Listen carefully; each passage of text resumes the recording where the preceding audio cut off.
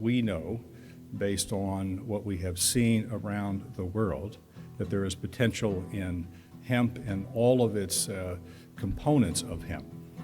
We said at the very first summit that Pennsylvania hemp industry is defined by the use of all of the plant, right? It is the fiber, it is the seed, it is the oil, it's the feed, it's the CBD. It is not a single component of the industry, it is all of that plant. And therein lies our challenge. That's Pennsylvania's Secretary of Agriculture, Russell Redding. This is the Lancaster Farming Industrial Hemp Podcast. My name is Eric Herlock. And today, we're going to listen to what Secretary Redding told the folks at the Pennsylvania Hemp Summit in his opening remarks this week. I'm also going to introduce you to my new colleague at Lancaster Farming, Dan Sullivan. And for reasons I'll explain in a bit, he covered for me at the summit this week in Lancaster. Today's show is going to be a little different because, as you'll find out in a few minutes, it's been a challenging week for me, so I'm just doing the best I can. So, all right, we're going to take a quick sponsor break, and then we'll come back with some nuggets of hemp news and some updates and all that stuff. All right, here we go.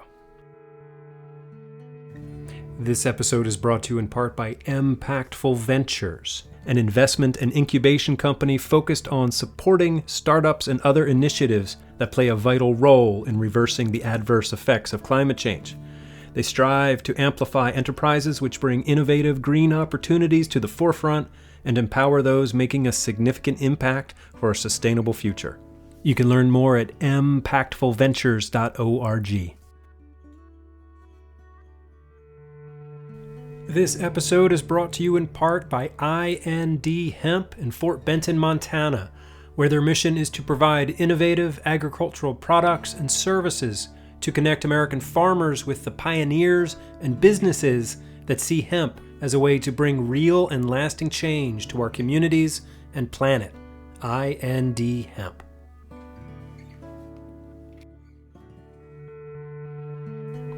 This episode is brought to you in part by iHemp Michigan. Join us at the 2022 Midwest iHemp Expo as we talk about the power of hemp. On May 20th and 21st, iHemp Michigan is host to the Midwest's largest cannabis trade show. With over 30 breakout education sessions, both business-to-business and consumer-focused education, the show will be packed with opportunities to network and learn. Visit ihempmichigan.com to learn more.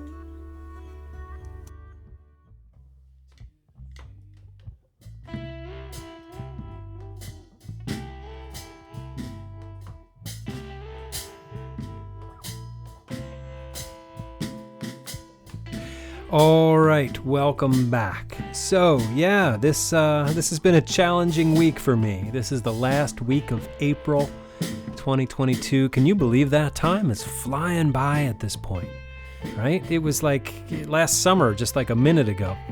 So anyway, challenging week for me, mostly because my wife tested positive for COVID on Sunday, and that kind of like just shut things down for us. My kids and I are testing negative at this point. They are slightly symptomatic, and so we're just kind of holed up here, hoping for the best. So that is why I did not go to the Pennsylvania Hemp Summit this week, because I certainly didn't want to be the one responsible for turning that thing into a super spreader event. You know what I'm saying?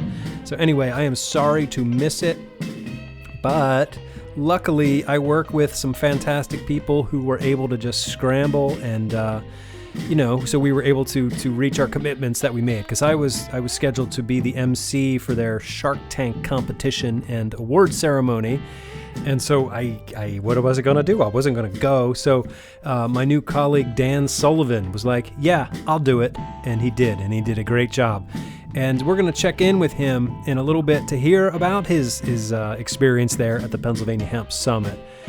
Because not only did he MC the Shark Tank thing in the award ceremony, he also covered it as a journalist, and he wrote a story about it for Lancaster Farming newspaper. Dan comes to us with many years experience as a journalist in agriculture, so it's really an honor to have him on our team. So we're going to check in with him in just a little bit. But let's get into some nuggets of hemp news for this week.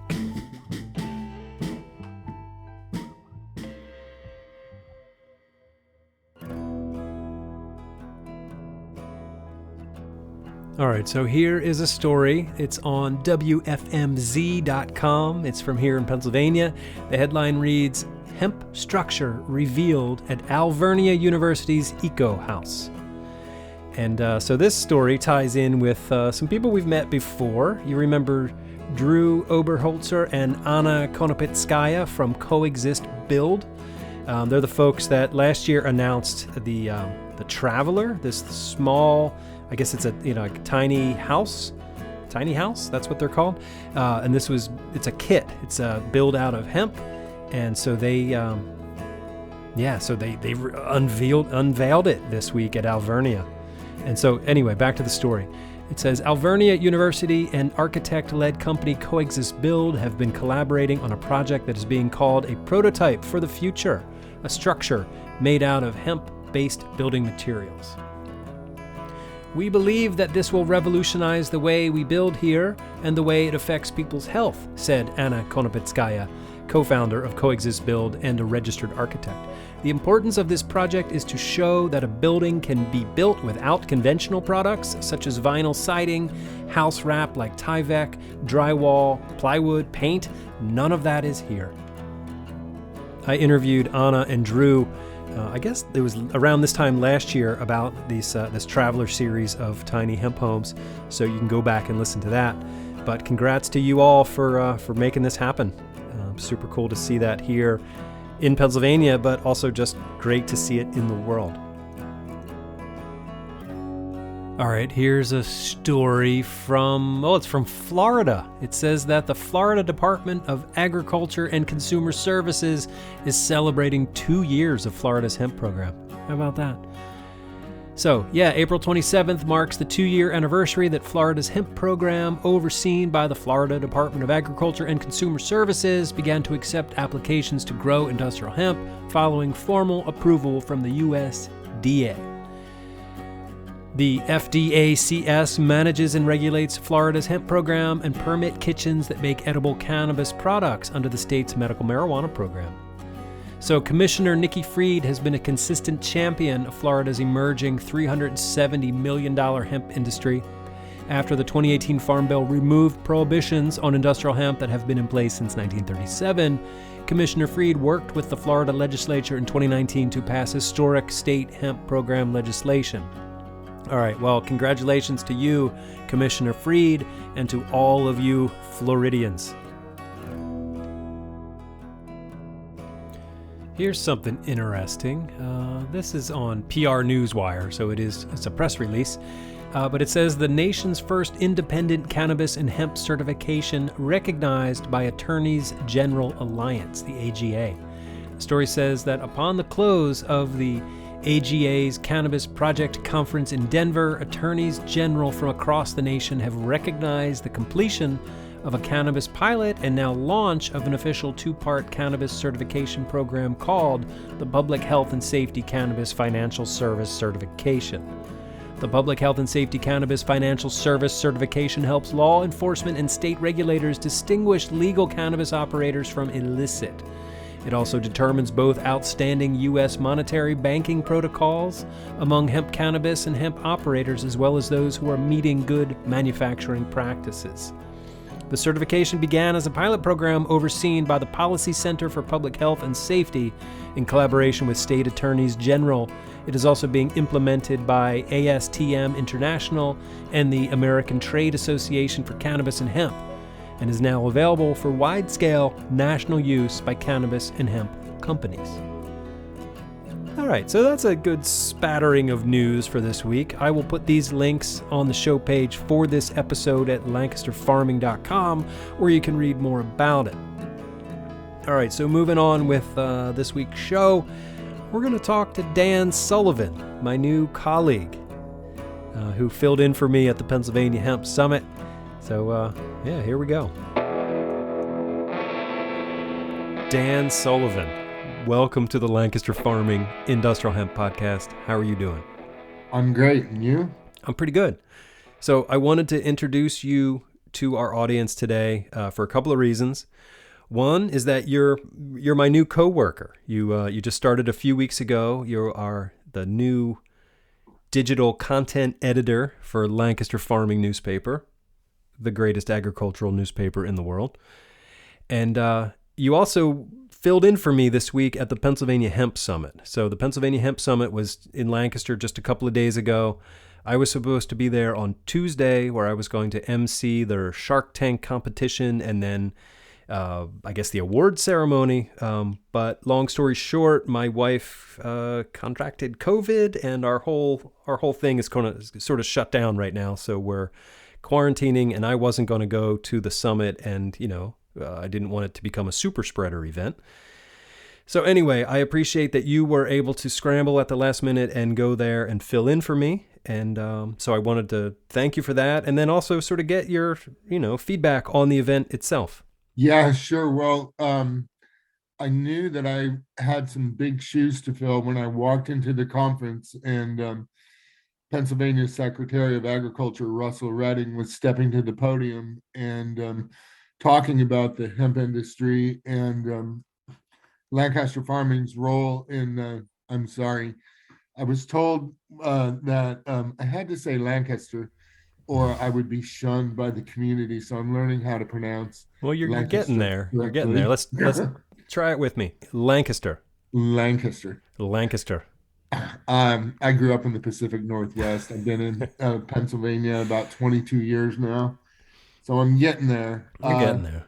The secretary was touting the newspaper's coverage of the hemp industry and your coverage in particular in forwarding the industry's, growth. And I said, wow, Eric has done a great job, and I have some big shoes to fill today and tomorrow, being the 26th and the 27th of April. So I hope that I did an okay job, and I met some folks and renewed some relationships with some other folks. Steve Groff, I had been on his farm a couple of times in my role as senior editor at newfarm.org when that was a web publication of the Rodale Institute. So it was nice to reconnect with Steve and talk with him about his involvement in the hemp industry, as well as to meet some new folks. Yeah, good. And I understand it wasn't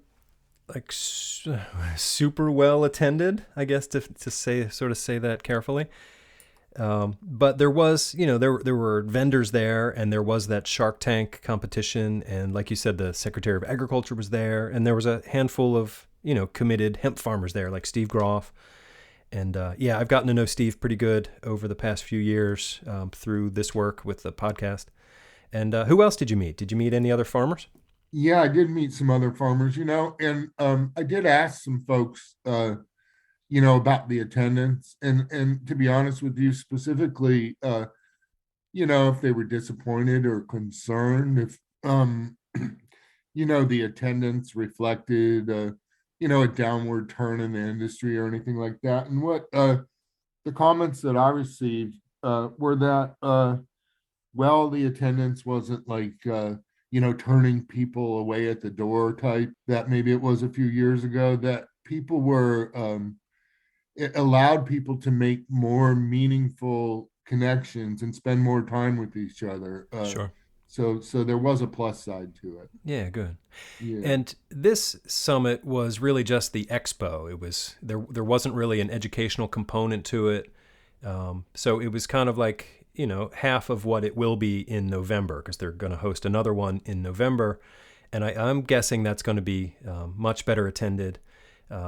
Farmers will have a little more time in November than they do in April. And there will be all of that, like educational component there, the panel discussions and breakaway sessions. And I think they're just going to be, there'll be more reasons to go. So we're looking forward to that in November. Yeah, well, I'm glad you asked me about some of the different farmers I met, because,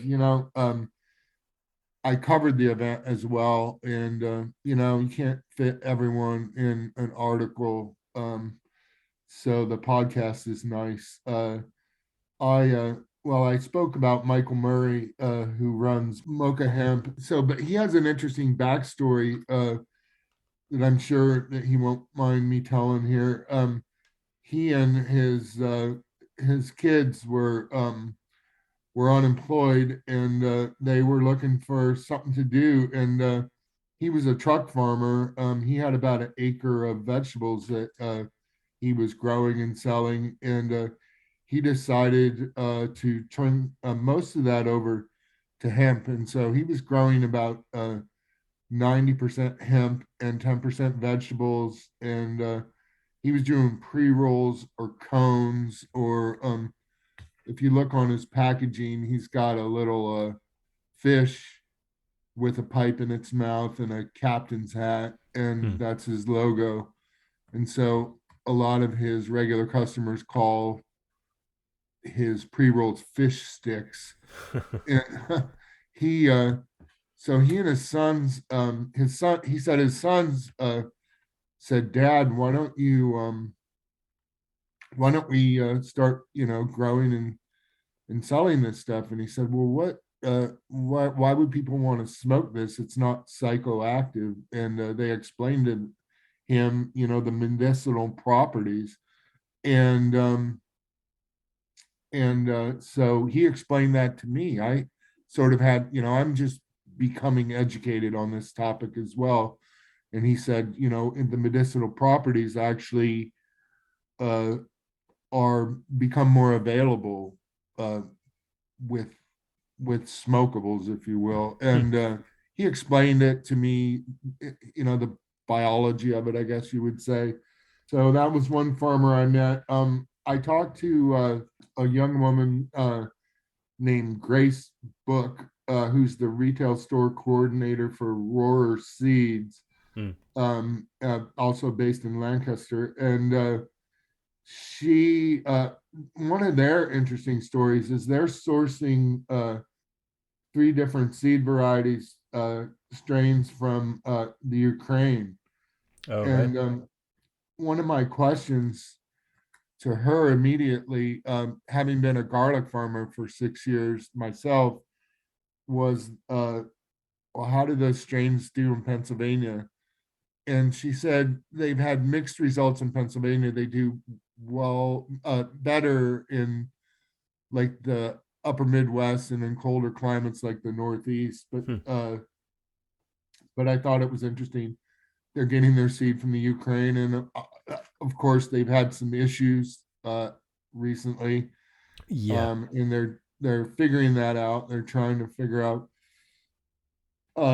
how they can maybe start breeding some of that seed strain here domestically. So that's Ukraine is really interesting from a hemp perspective because they never stopped growing it or producing it for fiber and rope and stuff. And so there's I interviewed a hempcrete builder from Ukraine a few weeks ago, and he was telling me about I think it's called like the Bast Fiber Institute or something like that. It's like this repository of all of this information about growing and processing hemp for fiber.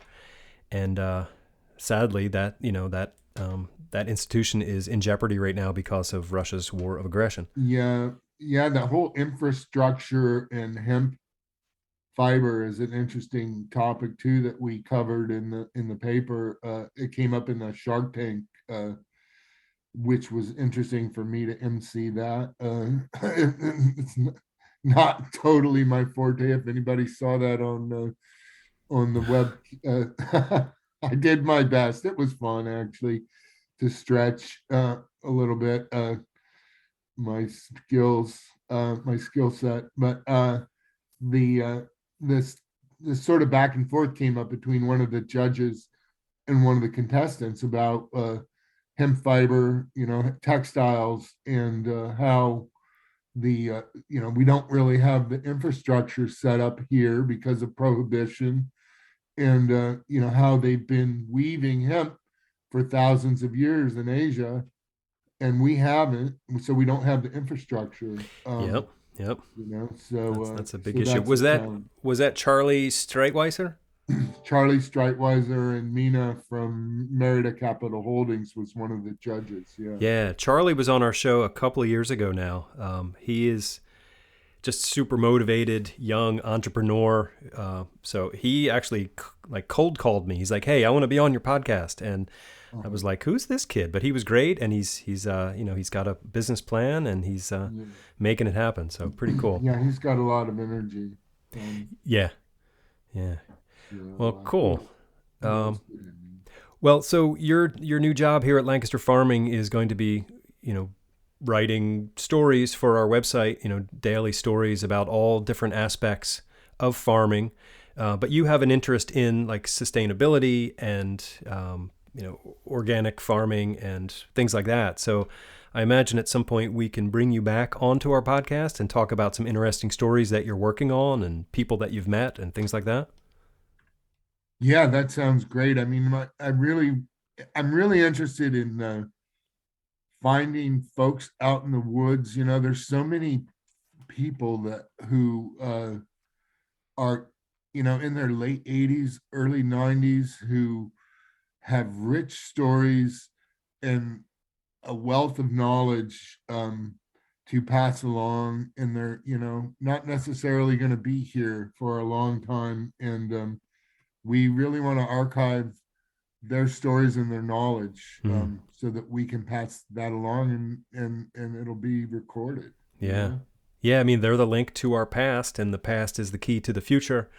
If someone's in their 90s, you think about, growing up on a farm 90 years ago, and they were probably working with their grandparents who, were from an even older time. So that's just like that bridge back to a time before industrial farming. And yeah, there's a lot we can learn from those stories. So I look forward to the work you're going to do, Dan.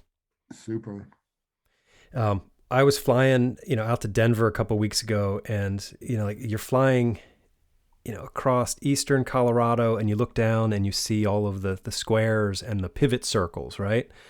And it's this tapestry, and I look down and I see it. It's just like a tapestry of stories. Like you could go to any one of those farms and hear, a lifetime's worth of stories. And it's so fascinating to me. Yeah, I'm honored to be charged with this. I feel like it's a tremendous responsibility, and I'm looking forward to it. Good. All right. Well, Dan Sullivan, the newest employee at Lancaster Farming newspaper, thank you for joining me here today. Thanks a lot, Eric. All right. Well, that's Dan Sullivan. And I'm really looking forward to, the stuff he's going to be writing. And I will put a link to his story for Lancaster Farming about the Pennsylvania Hemp Summit on the show page for this episode at lancasterfarming.com. And I have a feeling that I'll be checking in with Dan periodically just to see who he's been talking to and what kind of stories he's been writing. So, I hope you don't mind. All right, so like I said in the beginning, this has been a challenging week for me. So I really didn't, how do I put this, record a main interview for the week, okay? So please bear with me, all right? I know you're very forgiving, and that's what I like about you. Anyway, so in lieu of a main interview, we are going to listen to the opening remarks from Pennsylvania Secretary of Agriculture Russell Redding, introduced here by Team Pennsylvania Summit Coordinator Kelly Kundratic. It's really kind of neat because he talks about Lancaster Farming newspaper and the role we are playing here, helping the hemp industry, and it's it's all warm and fuzzy. So I hope you enjoy it. It's not that long, and all right. So I'll see you on the other side of this. Without further ado, I have the distinct pleasure of introducing Secretary of Agriculture Russell Redding to provide welcoming remarks. As Secretary, Russell Redding has a keen interest in promoting and protecting the economic vitality for Pennsylvania's farmers. It has been an honor to collaborate with him and his team over the past several years in not only hosting these events, but in the Team Pennsylvania partnership work with the department. Secretary Redding, welcome.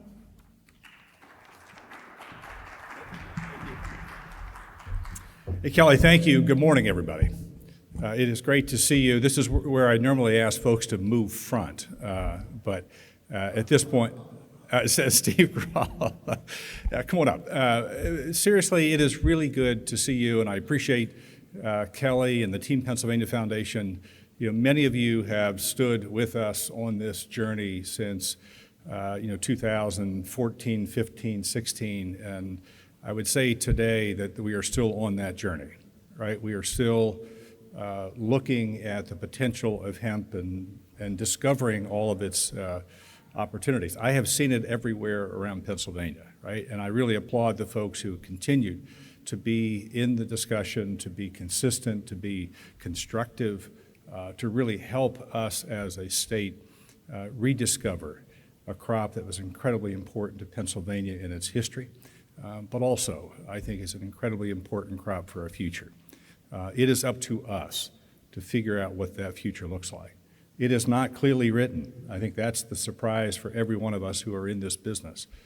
We see the potential, but it is not written. There's not a manual somewhere. There's not a guide to, but we know, based on what we have seen around the world, that there is potential in hemp and all of its components of hemp. We said at the very first summit that Pennsylvania hemp industry is defined by the use of all of the plant, right? It is the fiber, it is the seed, it is the oil, it's the feed, it's the CBD. It is not a single component of the industry, it is all of that plant. And therein lies our challenge, right? To build infrastructure, to build awareness, to build appreciation for the many, many benefits of this plant. In saying that, I want to acknowledge Lancaster Farming, because I look at what Eric has done, and I know he's not here, but we'll give him a shout out. How many follow Lancaster Farming and Eric's travels, right? And I think it's one of the great benefits of having Lancaster Farming in Pennsylvania. I always put the footnote to this, that I spend a lot of time with my colleagues around the country, and there's not another state that has the reach of Lancaster Farming. 60,000 plus readers every Saturday are informed about what Pennsylvania agriculture and agriculture in America looks like because of Lancaster Farming. Inside of that, I would say the same is true for what Eric has done and Lancaster Farming has done with the hemp industry and taking us on the journey. We were there when he launched, right, with his wife and family to go across to America, right? I described it then as sort of the Lewis and Clark, right, to go in this great exploration, right, to find hemp and who was doing what and how were they doing it and carry that back. And he has done that incredibly well. So a note of thanks to Lancaster Farming team and Eric specifically for the work that he has done and continues to do to tell the story about hemp in America and hemp and the opportunities. What he has also done, and I don't know whether this has been his objective, but for me, every time I read his stories, it is the what's stated obviously is important. What is not stated is equally as important, right? So the delta between what is reported and what's not. What's not is where we need to be advocating for to Congress. Every single one of us have a role, right? I think everybody here understands that, and those who are watching and listening, everybody has a role. We need to go back to Congress. There are things we need to change, right? We've got an opportunity in the Farm Bill that's coming in 2023, incredibly important to continue that journey of refining the hemp policies. We should not be discouraged. We have been on a journey to refine our other crops for 70 years, right? 80 years, back to the original 1930s agricultural policy in the Farm Bill. I think that's where we are with hemp. Keep improving. Number two is we need the federal agencies, and particularly the FDA, right? If there is a point of challenge to us, it's having the regulatory agency, not so much the USDA. USDA gets it, right? They'll figure it out. But it's the FDA components that I think are incredibly important for us to get clear guidance about what can and cannot be used, right? To get tolerances established. So we see inside of that lineup of uses the opportunity that we can have in food and feed. But it's incredible. I appreciate labels. I want to know what's in my food. right? That is something that we work with every day in the Department of Agriculture. We want to know. And in this case, we need to know the tolerances, the ingredients of the hemp plant. We also understand here that the genetics are incredibly important, right? And there's great variability in the genetic plant of hemp. So it stands to reason that there's also then variability in the byproducts of these plants, and making sure that we know what what the plants is and what its ingredients are, tolerances are, and then how does that fit into the uses, I think, is part of what we need from the FDA. We need the infrastructure. We have to keep investing in infrastructure. Everybody showed up in the initial summit assuming that somebody else was going to build it, right? Somebody else is going to do it. The reality is that's us, right? And I look around to the entrepreneurs and the folks who have stood in this industry from day one, and I want to say thank you for that, to be part of this journey and the pioneers to figure it out. We don't have all the answers, right? I think that's one of the lessons as well of the last couple of years. There are many things we don't know, but there's work to do. But the clear takeaway is that we continue to see growth in the market. We see growth in the use of this in the industrial side, right? Again, that was one of the opportunities we noted. We continue to see growth in the construction industry. I think that is important for Pennsylvania, again, in the full use of that fiber. We're seeing things at Alvernia University and the folks there who are doing an incredibly important work at Coexist as well. We were intentional in 2019 with the Pennsylvania Farm Bill to make sure that we included a component in the Farm Bill called the Specialty Crop Block Grant, right? And continue to believe that that has been one of the most transformative components of our Farm Bill. In the $50 million investment that we've made for the Farm Bill, we have the Specialty Crop Block Grant. We've done 9 different projects across the state, all exciting, doing exactly what we envisioned to be done, and that is to explore and discover, right? And to support those crops, that crop particularly, that did not have federal support previously. So that was important for us to support, and we continue to see the benefits of that. And then final, when we talk about the stakeholders, I think the Hemp Steering Committee, and to the members who are here, Deputy Secretary Fred Strathmeyer is here, and just a note of thanks to Fred, right, for the vision to pull together a group of folks who had, varying interest in hemp, to make sure that we harnessed that and channeled it into all of these discussions, from regulatory to infrastructure and investment and banking, genetics. I mean, all of that is part of what the steering committee has done, and Dr. Cantor has done a really wonderful job of leading that. So a note of thanks to him, a note of thanks to Fred as well. We still believe what we believed when we advocated for the passage of the state legislation to allow us to enter the hemp market, right? I still believe the fundamentals are still the right fundamentals, right? That this is a crop that's incredibly important to Pennsylvania. It has a lot of potential. It has the normal growth of, and pains that go with it. But it'll take a really committed group of people to see the industry develop. It's not going to happen just because you and I like it. It's not going to happen because somebody else does it. It'll happen because we do it, right?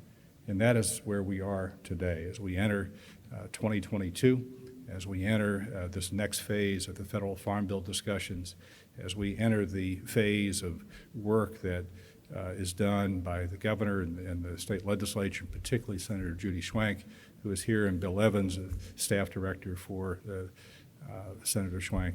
All of that is incredibly important work, right? To raise the awareness, to keep educating, to keep encouraging, to keep building the interest in, not just at the local level, but the interest in the public policy side, to get the state policies right, to make our case to Congress that we have to improve the legislation, the enabling legislation to allow this crop to grow. And we have to apply pressure. We've got to apply pressure at the FDA particularly. Give us some guidance, right? We have been asking for that for the last several years to silence, right? That's not a political statement. It is across administrations.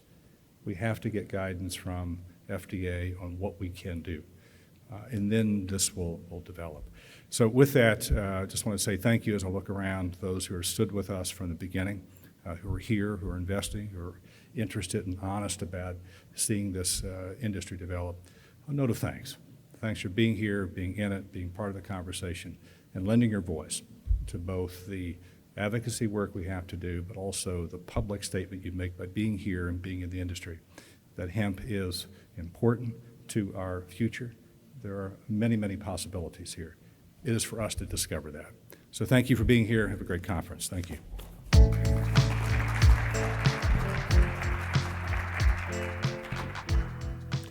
Yeah, so Russell Redding, Secretary of Agriculture here in Pennsylvania. You know, as far as secretaries of agriculture go, he's a really good one. He gets it. He understands the potential of this crop, and he has been supportive all along. You know, I interviewed him back in, I guess it was September or August of 2018. He was actually, I think, my third interview for this podcast. And yeah, he gets it. He knows that industrial hemp is good for farmers. It's good for Pennsylvania. It's good for America. It's good for the world. So yeah, cheers to you, Secretary Redding. Okay, well, that pretty much does it for me today. Thank you for listening to our show. We're going to have some good stuff coming up next week. I think I'm going to be talking to a filmmaker who's making a film about industrial hemp. And then I've got some other interviews lined up for later in May. So I hope you'll join us again. Also, that ad in the beginning about the iHemp Michigan's Midwest Hemp Expo, I hope to see you there. I'm going to that one. You know, I bought a plane ticket. I made a hotel reservation. And so, you know, knock on wood, I'm going to be there. Okay, so I hope to see you there too. So, all right. Anyway, my name is Eric Herlock. I am the digital editor at Lancaster Farming newspaper, the greatest agricultural newspaper in the world. Check us out online at lancasterfarming.com. And yeah, last week I mentioned the hemp special section that we ran in the paper last week. There's tons of good stories there. I'm going to have those on the show page for this episode too, but also they're in the hemp newsletter. Are you signed up for our industrial hemp newsletter? You should sign up for that, and you get podcast news, you get hemp news, you get all of that in your inbox. So you can find that sign up at lancasterfarming.com. Just go there and you'll see newsletters at the top of the page. Click on that, sign up for our newsletter. All right, so that's it. I'm out of here. Until next time, I'll see you in the newspaper.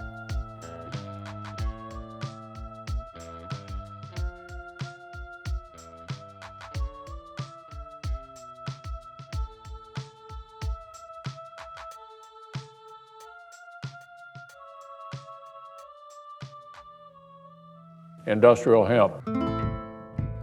Hello there. Season 2, Episode 18 of the Lancaster Farming Industrial Hemp Podcast is copyright 2022 by Lancaster Farming Newspaper, part of the Steinman Communications family. The show was written, recorded, edited, and produced by Eric Herlock. The music you hear throughout the show is courtesy of Tin, Bird, Shadow.